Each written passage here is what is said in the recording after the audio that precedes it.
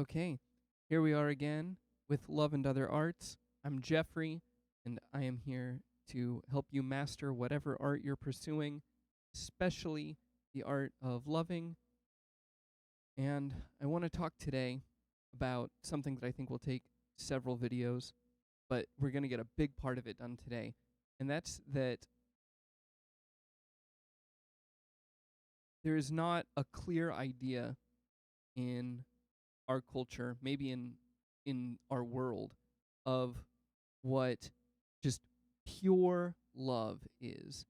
And that's a very bad thing because pure love is the single thing that will save humanity.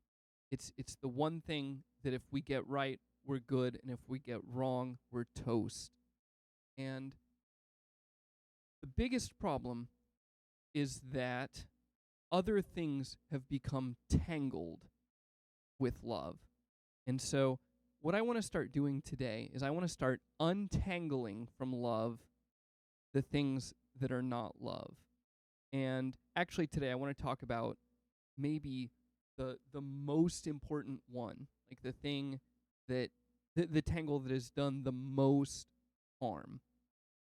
So, what I want to talk today about two things that are not love. And the first one is sexuality. And that is not to say that I'm going to talk negatively of sexuality, because one of the reasons that sexuality gets confused for love is that it's a very powerful, vital, essential thing in the human experience, like love is. And so the two have some things in common. Um, uh, you know, again, necessity, right? I mean, I was saying we won't make it without love. I mean, we also literally wouldn't make it without sex. There wouldn't be more people. And so, it makes sense that these things have become tangled. In fact, sex can even be, according to my guy William Blake, a a window into like mystical experiences, into like ecstasy and euphoria and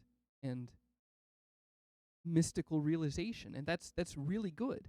So definitely don't think I'm saying that sex is something bad, or that we need to separate it from love because it's trashy or something. No, no, no, no, no. Nothing like that.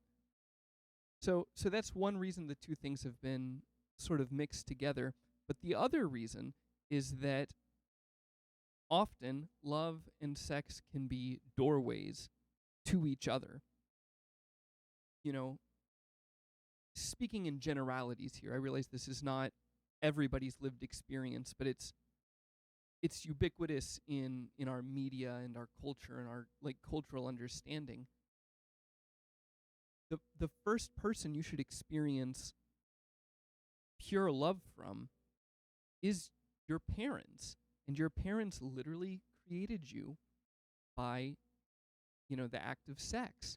And hopefully, you know, again, in just ideal generalities, hopefully that was accompanied by a sense of pure loving between the two of them as well. And, someday you'll hopefully engage in sex, hopefully with someone you experience some genuine love for, although, like it doesn't always work that way, and that's fine too. But then there's a high chance that if a child is produced from that, you're going to experience really intense, pure loving for that child. And so you can see how the two things are connected. They lead to each other a lot. But I still think that it's very important to see them as separate things. Because the truth is, you can have sex without loving someone. I mean, people do it all the time. I've done it before. Um, and I mean, it's factual that can happen. And the opposite too. You love lots of people who you don't have sex with. And you might even love someone, be in a marriage or a romantic relationship with them that includes sex at one point, and then later for some reason doesn't include sex anymore. And that doesn't mean that you stopped loving them. I mean, at least not necessarily. So, there's clearly two separate entities here, love and sexuality. And one of the things that is so interesting about this particular untangle is when you take the cord of sexuality and you untangle it from the cord of love, there's this other cord that comes with it, and it's something that I think our current culture has almost completely forgotten about, and it's the best word I know for it is Eros. And so, when we say that something is erotic, we tend to mean that it's sexual, but I think that's another entanglement that needs to be broken. And the first time I became aware of them being, well, yeah, the first time I became aware of them being really separate things was when I was reading C.S. Lewis's The Four Loves, which is a book that I actually disagree with in so many fundamental ways, but this great insight that most of us actually experienced eros, romantic desire for someone, before we were even sexually aware, when we were still sexually dormant.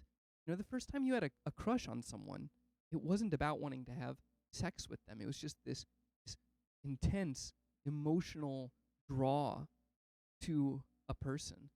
And I think it's sad that we've forgotten about this independent thing, eros, that really isn't love or sexuality, but is related to both of them. And I have notes. What do the notes say?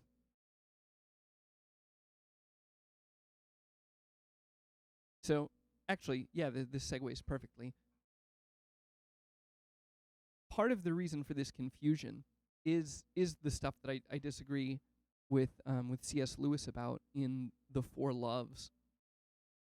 Because what I think Lewis gets wrong, and what has led to this colossal error in our idea about love, is that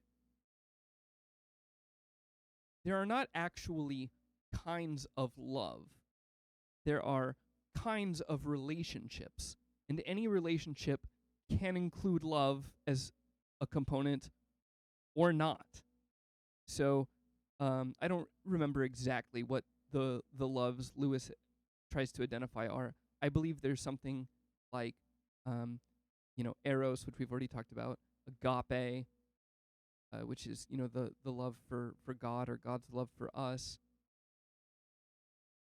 And there's like familial love, probably, the love you have for your relatives. And then there's just kind of this like basic care about other people, like not wanting to be, it's like neighborly love, I think, is something like what he says. You try not to be hurtful to people around you. But what he's actually identified, in my view, and I'm really confident, is that he's identified 4 kinds of relationships. And any of those relationships can include love or not. You can be someone's neighbor in a loving way, or you can be someone's neighbor out of a sense of like obligation, or a sense that if you treat them well, it means that at some point they'll have your back. You can have a relationship with your parents and your siblings where you really love them and care about them. You can also have a relationship with them where you're basically, again, operating out of like obligation, respect, or even like two-facedness. You could be pretending to have one sort of view of your family, but really working against them in other ways. And of course, it's the same way with romantic relationships. I mean, there are romantic relationships that have love, and then there are romantic relationships that sometimes have like the exact opposite. I'm talking about like seriously abusive relationships. There's no love there. Um, and so this particular entanglement, and I hope to talk about other things that have gotten tangled with love, because there's lots of them. I mean, for each of those relationships, we can talk about how they've become tangled with love. We can talk about how even just feeling strongly about something has gotten tangled with love. But this one, in particular, is so serious because of how convincing it can feel that sexuality and Eros are love, because they lead to the relationships that impact our life the most. I mean, the person you'll have as a partner, the children you will raise, you know. And so many of us would understand or say that love is the most important part of our life. And I would even say, and many others would too, that love is the thing that's going to save humanity. And so if we've got our idea of love tangled with our ideas of sex and Eros, it is going to give us the wrong idea about how we're going to save humanity. It becomes this sense of the most important thing I can do in my life is find the person I'm going to marry and have kids with. And that will be a big thing for you. That's going to impact you a lot. But finding your person and having kids isn't going to save humanity. And that's what love is going to do. And so we have to get to this, what this pure love is, in order to know how we're going to save humanity. And what love is, I mean, I almost hesitate to define it. In fact, I'm not going to define it in this video, because most of us understand love well enough already.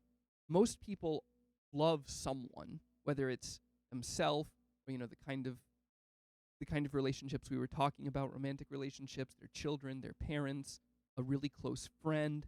Most of us love someone. And so it's not that important to pin down exactly what love is, but we've got to take these other things away from it, so that we can finally understand how to love, not just one person, not just the people that are close to us, but really have the sort of unconditional love for all beings, or maybe even all of reality, so that we can finally have real peace on earth and real hope for the future. So I think that's all I want to say for now. There will be more videos about untangling love, and maybe someday I'll do a video explaining exactly what I think love is, but I think there's a serious problem with defining things too, because a definition of a thing is never the thing. And so I hesitate to do that now. But someday maybe. Maybe if someone asks, if someone says, "Okay, Jeff, just explain it. What is love?" Then I'll do my best. But that's all I have for now. So thanks for watching, and let me know if you have any questions or thoughts in the comments below.